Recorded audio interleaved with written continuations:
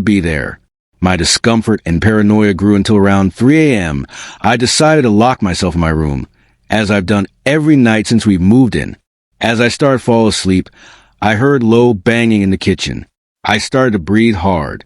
I walked over to my bedroom door and unlocked it. For some reason, it wouldn't budge. I pushed on it so hard that I almost fell to the floor when it finally moved. I looked up, and there the shadow man stood in my kitchen doorway. I stood/knelt. I don't really remember which I was doing. My mind was so blank, frozen as he slowly started moving through the dining room towards me.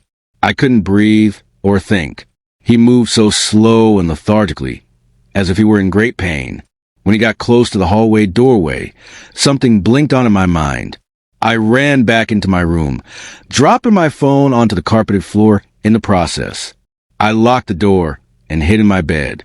For some reason, I was overcome with emotion. I cried until I passed out. When I woke up the next morning, or rather, early afternoon, I remembered what happened so clearly. I was going to call Nick Lee and tell him what happened.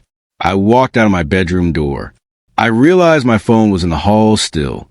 I looked down. My phone was trashed. The screen was scratched beyond repair. The battery was melted out back, and it looked like it had been stomped on. When I showed my mom when she came home to check on me, she looked at it and shrugged her shoulders.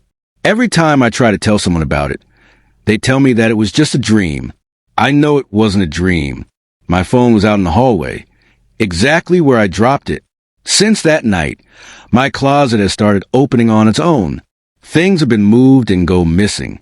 My clothes have gone, and the brand new dryer I just purchased broke as soon as I tried to use it.